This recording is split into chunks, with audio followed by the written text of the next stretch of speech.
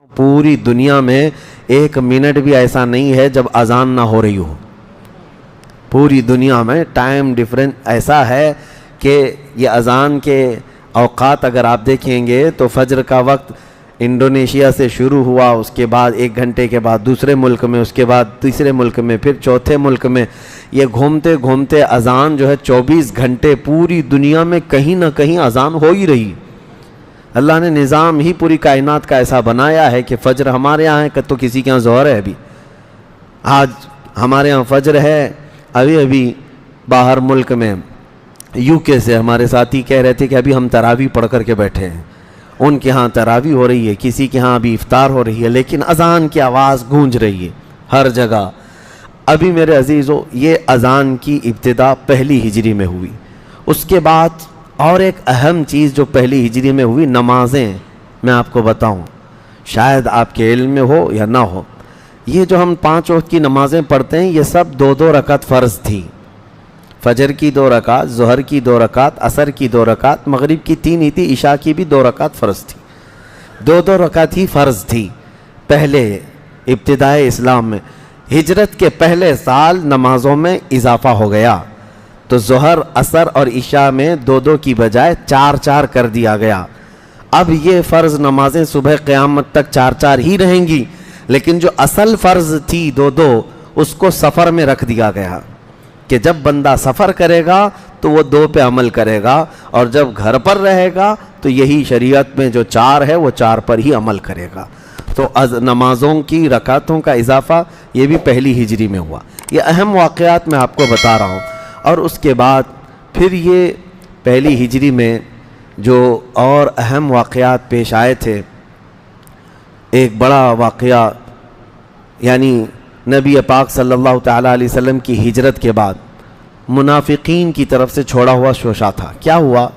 3 عظیم جانثار صحابہ حضور کے، ان کا ایک کے بعد دیگر انتقال ہو گیا مدینے میں. ایک حضرت کلثوم بن ہدم، یہ وہ صحابی ہیں جن کے گھر میں سب سے پہلے حضور مدینے میں اترے تھے. مسجد قباء جن کی زمین پر بنی ہے، وہاں تو حضور 24 دن تک تھے نا، میں نے سیرت میں بتایا. اس کے بعد حضور مدینے میں انٹر ہوئے، پھر ابو ایوب انصاری کے مکان میں رہے. پہلے کلثوم بن ہدم رضی اللہ تعالیٰ عنہ کے گھر اترے تھے، اور انہی کی جگہ پر یہ مسجد قباء بنی ہے، تو ان کا پہلی ہجری میں انتقال ہوا. دوسرے حضرت اسعد بن زرارہ، یہ انصار قبیلے کے بہت عظیم آدمی تھے. اور ایک صحابی، 3 جو ہے جانثار تھے اور بڑے پلر مانے جاتے تھے اسلام کی ابتدا کے. ان تینوں کا انتقال ہوا تو منافقین نے ایسی باتیں بنائیں، کہا کہ اگر محمد صلی اللہ علیہ وسلم اللہ کے نبی ہوتے تو ان کے عزیزوں کا ایسا تھوڑی نہ انتقال ہوتا اور ان کو اتنے بڑے صدمے تھوڑی نہ ملتے. ایسی باتیں ہونے لگ گئی. تو حضور پاک صلی اللہ تعالیٰ علیہ وسلم تک ایک بات آئی، تو عین اسی کے دوسرے مہینے کافروں کے بھی 2 بڑے گرو گھنٹال مر کر ختم ہو گئے. ایک عاص بن وائل سہمی، یہ بڑا گستاخ تھا، لیکن تھا حضرت عمر بن عاص کا. حضرت عمر بن عاص جو ہیں ان کا باپ وہی عاص بن وائل، وہ مر گیا.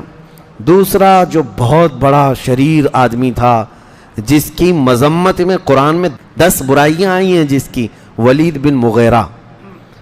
ولید بن مغیرہ یہ حضور پاک صلی اللہ علیہ وسلم کی گستاخی کرتا رہا، اور اسی کے بارے میں قرآن نے کہا کہ زنا سے پیدا ہوا ہے. جب اس کے حق میں یہ آیتیں نازل ہوئی، 10 برائیاں سورہ قلم میں آئی ہیں اس کے خلاف کہ حد سے بڑھنے والا ہے، اس کی ایسی خرابیاں اللہ نے گنائی.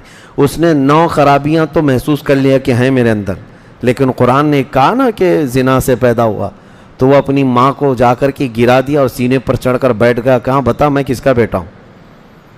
اس کی ماں ڈر گئی ولید بن مغیرہ کی، اور اس کے بعد پھر اس سے کہا کہ اگر تو صحیح باپ کا ہوتا تو اپنی ماں کے سینے پہ تھوڑی بیٹھتا. ہاں، مجھ سے ایک بار خطا ہوئی تھی کہ جنگل میں ایک چرواہے سے میں نے زنا کیا تھا، اسی سے تو پیدا ہوا. قرآن نے سچ کہا تھا اور اللہ تبارک و تعالیٰ نے بیان فرمایا. تو وہ گستاخ رسول بھی پہلی ہجری میں ہی مر گیا. لیکن ایک حیرت کی بات یہ ہے کہ یہ ولید بن مغیرہ ہے کون؟ یہ کون ہے؟ سیف اللہ المسلول حضرت خالد بن ولید کا باپ ہے. حضرت خالد رضی اللہ تعالیٰ عنہ جو سیف اللہ المسلول ہے، ان کا باپ ہے. اسلام کی ابتدا ایسے عجائبات سے بھری ہوئی ہے. کسی کا باپ شیطان ہے، کسی کا بیٹا شیطان ہے، لیکن خاندان میں کوئی نہ کوئی رسول اکرم صلی اللہ تعالیٰ علیہ وسلم کے ساتھ ہے. یہ واقعات ہوئے تو منافقین کی زبان بند ہو گئی. منافقین پہلے دن سے یہ سب چیزیں شروع کیے ہوئے تھے. اب ایک وہاں کا بیک گراؤنڈ بھی میں بتاتا ہوں تاکہ سیرت کو سننے میں آپ کو مدد ملے. مدینہ کا جو سیاسی بیک گراؤنڈ کیا تھا وہ میں آپ کو بتاتا ہوں. یہ ذہن میں ہمیشہ رکھیں کہ جب مدینہ طیبہ حضور صلی اللہ علیہ وسلم تشریف لائے تھے تو وہاں 3 قبیلے تھے یہودیوں کے، بنو قینقاع، بنو نذیر، بنو قریظہ. یہ تینوں یہودیوں کے قبیلے تھے، خاندان تھے، اور یہ آباد تھے. بڑے بڑے محلات، پکے پکے مکانات بنا کر محفوظ رہتے تھے لوگ. اور ان لوگوں کی اور انصار مدینہ جو ہیں ان کی پہلے سی یعنی بنتی نہیں تھی، ادھر ادھر چلتی رہتی تھی کچھ نہ کچھ. انصار کون ہے؟ انصار میں 2 قبیلے تھے، اوس اور خزرج. اوس اور خزرج یہ مدینہ کے لوگ ہیں. ان کے 2 قبیلوں کی وجہ سے ہوا کیا تھا کہ ایک جنگ جو مشہور ہے پوری تاریخ میں، جنگ بعاث 120 سال تک چلتی رہی، جس کی وجہ سے دونوں قبیلوں کے بڑے بڑے سردار مرتے ہی تھے. تو یہ ٹوٹ کر رہ گئے تھے. اور یہودی، یہ تینوں قبیلوں کے یہودی کیا کرتے تھے؟ یہ انصار کو ہمیشہ لڑا کے رکھتے تھے کہ یہ مدینہ کے اوریجنل لوگ ہیں، ان کو لڑا کر رکھتے تھے. اور اس لیے لڑا کے رکھتے تھے کہ ہماری برتری قائم رہے، کیونکہ اوس اور خزرج لڑتے رہتے تھے تو یہودیوں کا فائدہ ہو. یہ یہودی چور آج بھی دنیا کو یہی کرتے ہیں. عربوں کو انہوں نے جو آپس میں لڑا کے رکھا ہے اس کی وجہ یہی ہے کہ اسرائیل کی طرف کوئی نظر نہ اٹھاتی. وہاں پڑوسی ملک لڑتے رہتے ہیں. ایران کی عراق سے نہیں جمتی، لبنان کی اردن سے نہیں جمتی، شام کی سعودیہ سے نہیں جمتی، یمن سے نہیں جمتی. کیوں؟ یہ سب یہودیوں کے چھوڑے ہوئے کیڑے ہیں کہ ان لوگوں کو اتنا آپس میں لڑا کر کے رکھو. ورنہ مجھے بتاؤ پوری دنیا کے لوکیشن میں اسرائیل ایسی جگہ پر بیٹھا ہوا ہے کہ چاروں طرف سے بلکہ 6 طرف سے اس کو اسلامی ممالک گھیرے ہوئے ہیں. اسلامی ممالک پورے گھیرے ہوئے ہیں. ایک بارڈر اس کا جارڈن لگتا ہے، اسلامی ملک ہے، اردن، جس کو اردن عربی میں کہتے ہیں، انگلش میں جارڈن ہے. ایک سرحد اسرائیل کی لبنان کی طرف ہے، ایک سرحد مصر کی طرف ہے. سب اسلامی ممالک ہیں. اور ترکی کی طرف، ایران کی طرف، ہر جگہ سے یہ گھیرا ہوا اسرائیل. لیکن میرے عزیزوں، ان سب کے بیچوں بیچ رہتا ہے اور سب کو آپس میں ٹکرا کر لڑا کر رہتا ہے. یہ یہودی مدینے میں بھی یہی کرتے تھے. اوس اور خزرج کو لڑا کر کے رکھے ہوئے تھے کہ ان کے لڑنے سے ہماری حکومت قائم رہے گی.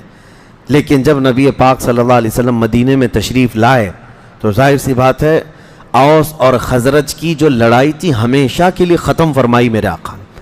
انصار کو ایسا بنا دیا تھا میرے آقا نے، ایسا بنا دیا تھا کہ اب وہ جو سالوں سے لڑتے تھے اب اپنے بھائی کی پیاس پر اپنی جان بھی دیتے تھے.